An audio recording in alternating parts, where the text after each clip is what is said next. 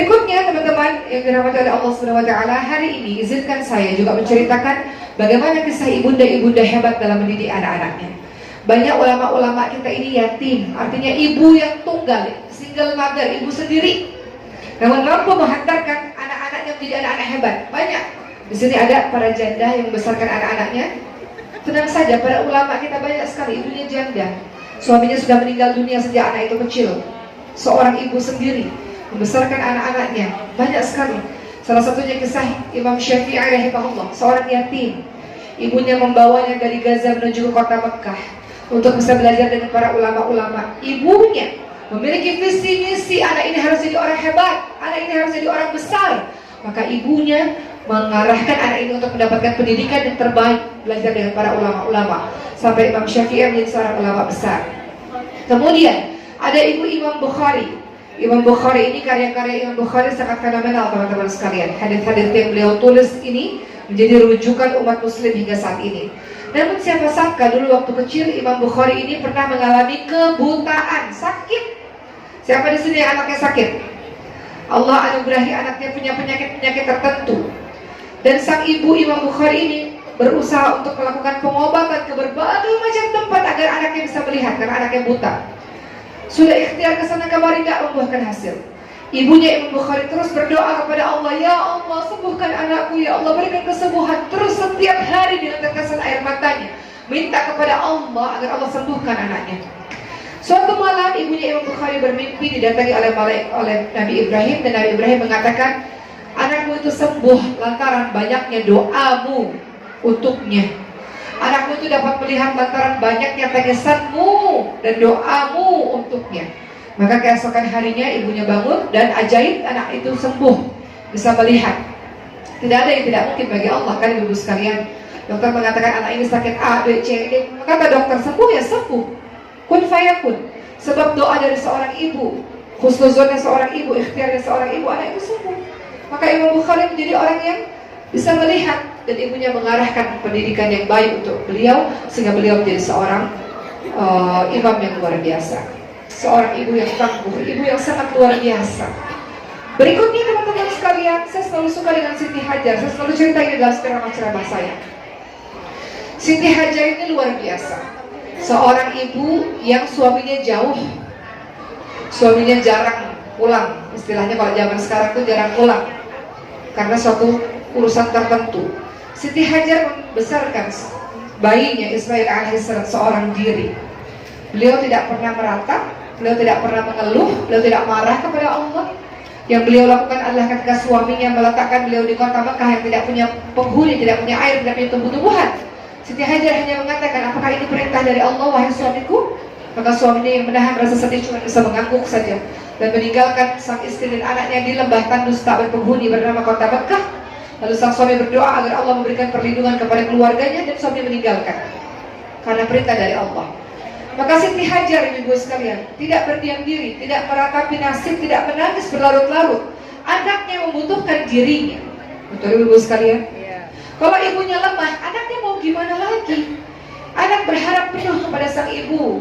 Jadi wahai para ibu yang sekarang ibu tunggal, atau yang mungkin suaminya jauh, atau yang mungkin sekarang anak-anaknya sedang berjuang dengan penyakit-penyakit tertentu dan sebagainya, ibu jangan berhenti dan kehilangan semangat. Ibu yang hebat, ibu yang penuh semangat, insya Allah akan menghasilkan anak-anak yang hebat. Seperti Siti Hajar. Siapa yang bisa tolong Siti Hajar? Gak ada kehidupan, gak ada air, gak ada orang, gak ada tumbuh-tumbuhan. Mau minum pakai apa?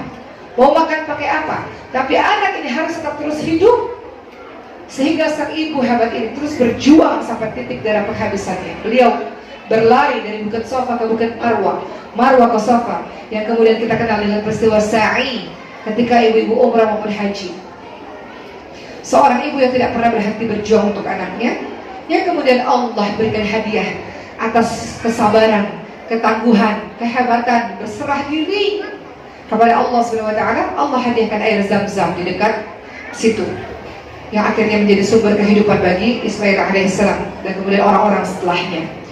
Siti Hajar mengajarkan kepada kita ibu-ibu sekalian yang dicintai oleh Allah Subhanahu, apapun yang Allah berikan kepada kita, saya nasihat diri saya sendiri, ujian-ujian yang datang silih berganti, seorang ibu tidak boleh lemah, tidak boleh putus asa. Tidak boleh berhenti, tidak boleh menyerah pada keadaan. Seorang ibu harus kuat. Sebagaimana Siti Maryam itu kuat, Siti Hajar itu kuat. Asma binti Abu Bakar lagi hamil naik ke gunung, kuat. Seorang perempuan yang kuat, insya Allah mampu melahirkan anak-anak yang menjadi anak-anak yang hebat, insya Allah. Terakhir dari saya, ibu sekalian yang dirahmati oleh Allah Subhanahu Wa Taala, tidak semua orang Allah berikan kepercayaan mendapatkan anak. Banyak orang-orang di luar sana yang masih sampai hari ini berjuang memiliki anak. Maka wahai ibu, bersyukurlah kepada Allah karena anak-anak itu hadir dalam kehidupan kita dengan cara sungguh-sungguh dalam mendidiknya. Tidak semua anak pula diberikan dalam keadaan sehat. Ada orang tua yang bolak-balik ke rumah sakit untuk kesembuhan anak-anaknya. Maka ibu-ibu semua diberikan anak-anak yang sehat. Dia bisa bicara, dia bisa lari, dia bisa jalan, dia bisa berpikir dengan cerdas. Yang mana itu semua diimpikan oleh sebagian ibu di luar sana. Maka didiklah anak-anak kita dengan baik. Hantarkan anak-anak itu amanah dari Allah Subhanahu Wa Taala itu untuk menjadi orang-orang yang hebat. Anak itu bukan kita, dia dipinjamkan saja dari Allah untuk kita.